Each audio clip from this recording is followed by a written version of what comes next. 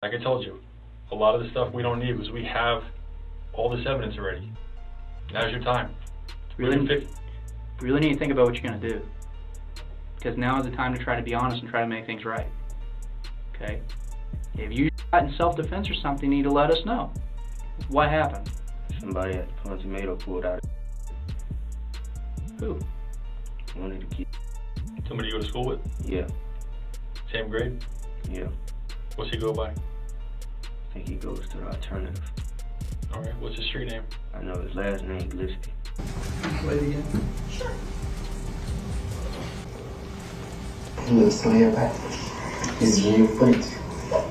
My name is Melly, and I'm gonna turn myself in, but I'm in a suitcase because they are arresting me, and I have to get on a private jet, and I don't want them to see me. On the night of October 26, 2018, YNW affiliates YNW Melly, Juvy, Sakchaser, and Bortland were all four leaving a recording studio in Florida. While exiting the studio, the four YNW affiliates hopped into a dark Jeep to begin heading home. Little did Juvy and Sakchaser know this would become the final footage of them on this earth.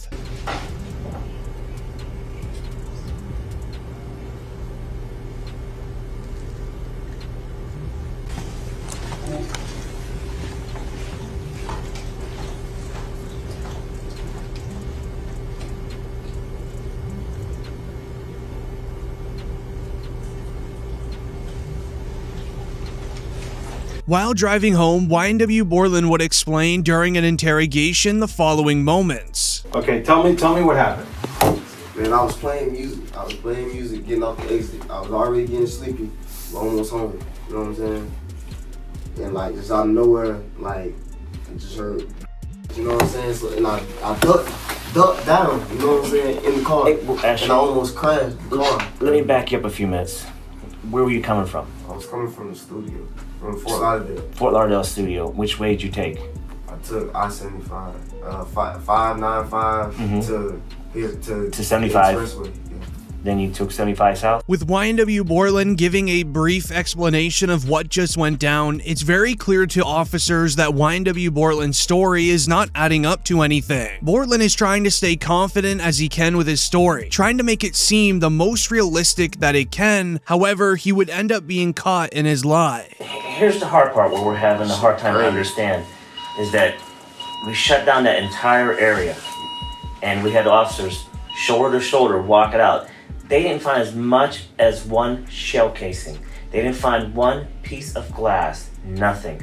Nothing to what you said adds up. And it's hard.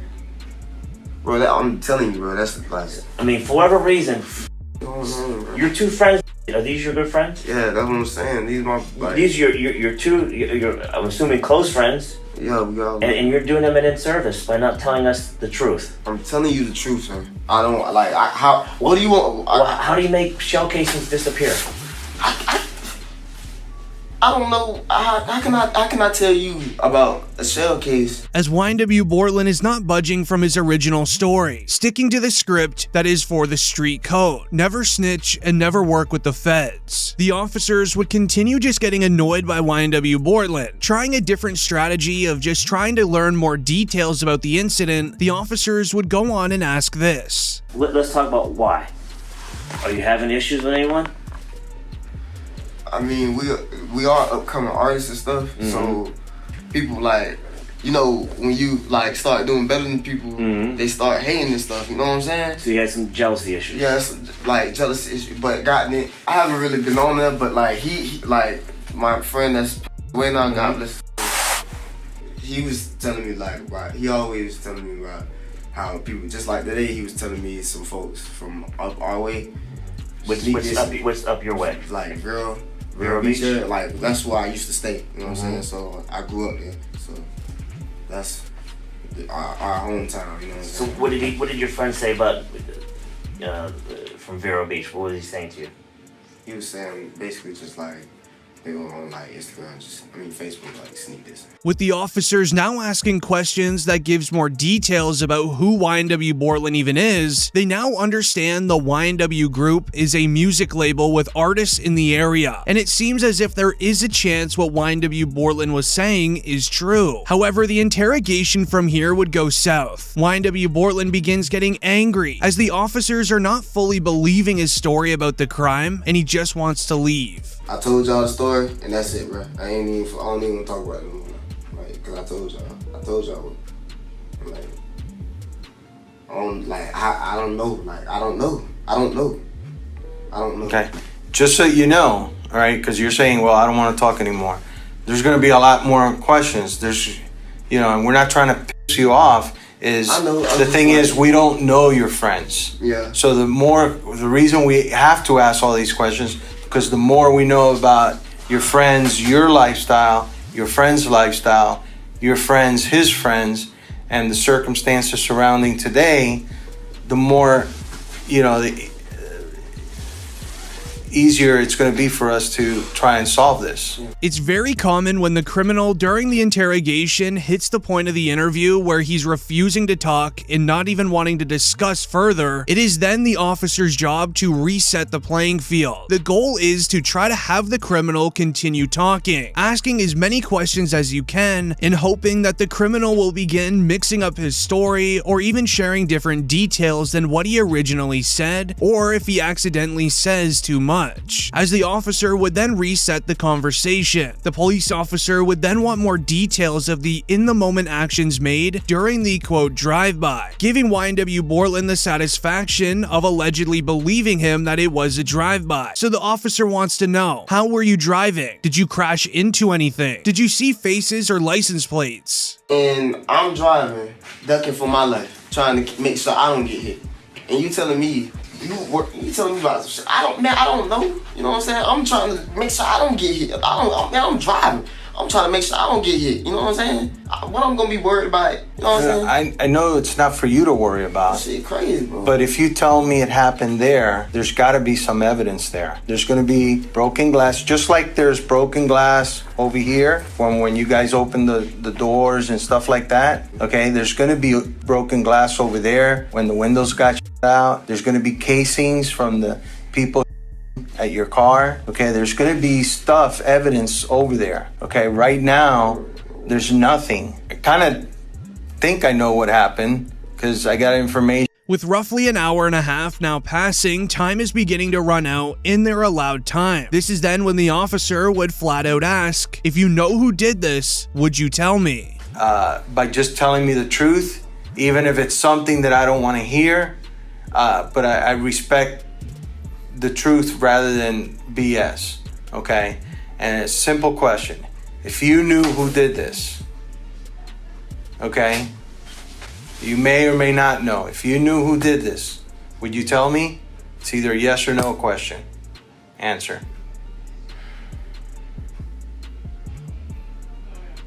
Honestly. Yeah, honestly. The truth. You wouldn't? Because I wouldn't want to be a part of that. I wouldn't want to be. As YNW Bortlen does not give a firm yes or no answer using his voice. Instead, he shakes his head side to side, referencing no. This is because if it was YNW Melly who did this crime, YNW Bortlen would obviously know that. Saying no to the officer could have caused his voice to come out at a different volume than what he's been using throughout the interrogation, and that would be due to him lying to the police officer. With that occurring, it would be an obvious indicator to police that Bortlen knows a lot more than what he's sharing. However, the police already had a hunch that it was all a lie. Indicated earlier in the interrogation, there was no signs of broken glass, casings, or anything even in the area Bortlen claimed it happened at, as this would later be proven as fact, as during the YNW Melly trial, it was shared the Jeep they were driving in didn't look as if a regular vehicle that has gone through a drive-by. As Sergeant Williams would reveal during trial, there's no way this vehicle could have just been through a drive-by. Assignment, which is to determine if this is a drive. And my determination was that this is not a drive-by, and it's based upon this picture here, which is a very good picture to describe it. All of these rounds are done. One is done at a stationary position. At a stationary position when all but one of these rounds are going in. The one round that has some movement in it, which is round site L here, the actually moving in that to create the little bit of a that you see there. Okay, a lot of information in that answer, so let's break it down a little bit. You mentioned so I'm gonna zoom in on site F. That is Sergeant Williams, a chief officer in Broward County. He took note of every single hole that was inside of the Jeep. He then used what is known as the stick method to find out how these holes were created, including the direction of where it could have came from, as all signs started pointing to where YNW Melly was seated in the vehicle. Number, you said 17 outside the car. How many rounds were inside of the car? 3. And can you exclude the for Mr. Williams and Mr. Thomas as coming from outside of the car? Yes. From the driver's side back seat. As to the shot that Christopher Thomas, where did that emanate from? Driver's side back seat. Okay. Is it possible for there to have been 2 inside that car? No. Why not? There is no time. With Sergeant Williams guaranteeing the crime must have happened from somebody sitting inside of the vehicle, the state then called up YNW Juvy's mother to the stand during trial, as it was her job to confirm where everybody was sitting on this day. Can you state your name, your full legal name for the jury? I'm Leon Phillips. Okay. And are you related to one of the victims in this case? Yes, I am. How so? I'm his mother. And who is that? Christopher Thomas.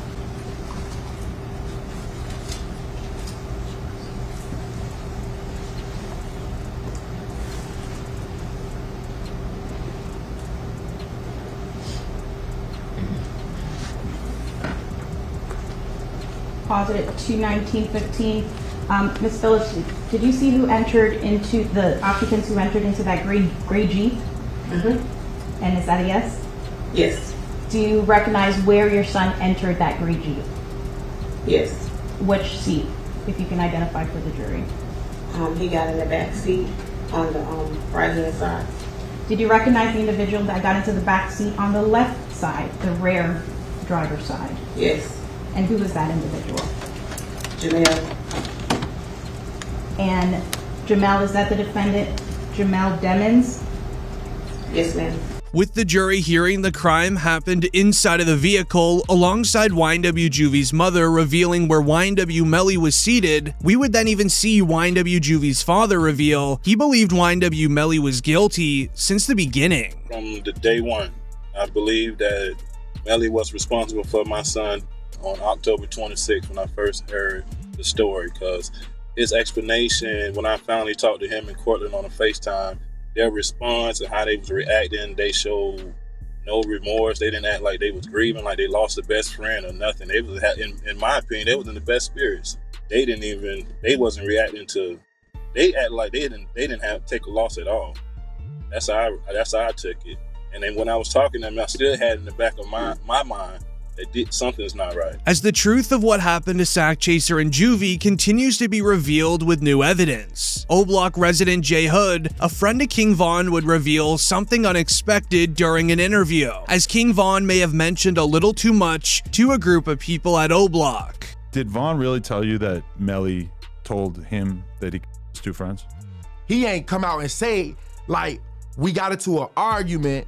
And so, you know, if you know, when people could say something without saying it. And so he told me, like, once I posted what I posted, Von was mad at me. Bro, why you put up there, bro? Walter Bam. I'm like, you sitting up here, like, you know the love we got. You do this for us, but you gonna trust that his 2 friends? And he said, them was trying to extort him.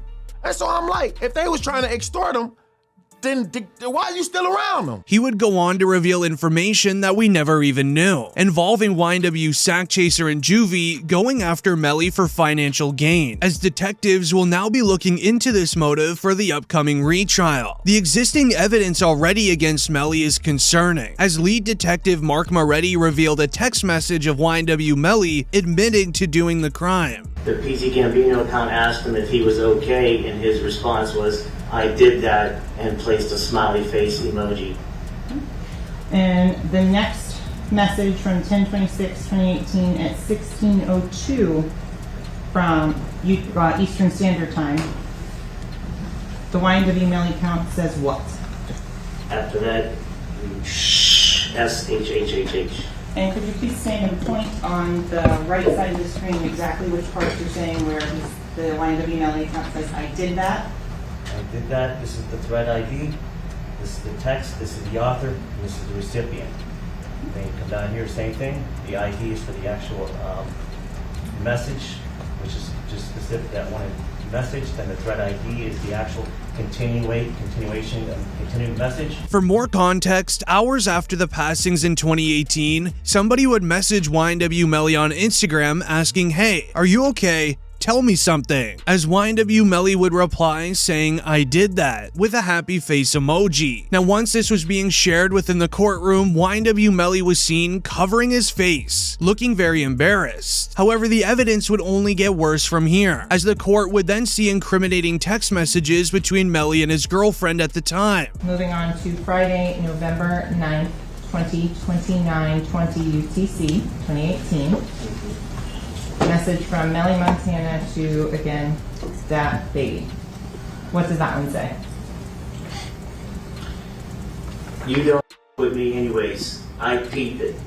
You can slide, but God knows I wasn't in her and real breaking. You spoiled everything was given to you.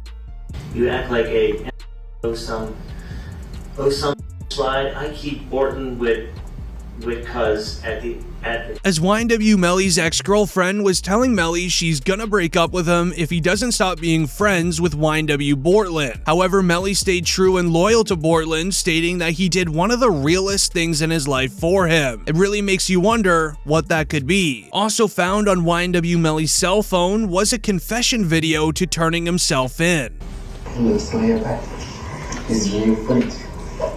My name is Melvin, and I'm gonna turn myself in.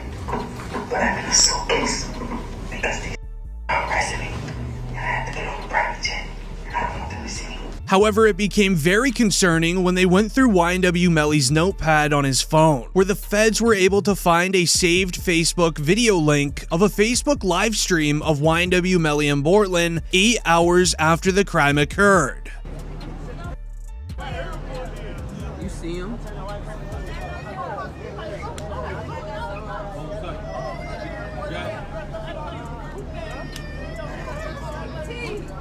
Melly still turned regardless of what happened this early morning. He's still out here being very positive. Turned still. Hey! The dog still turned regardless of what happened. You already know.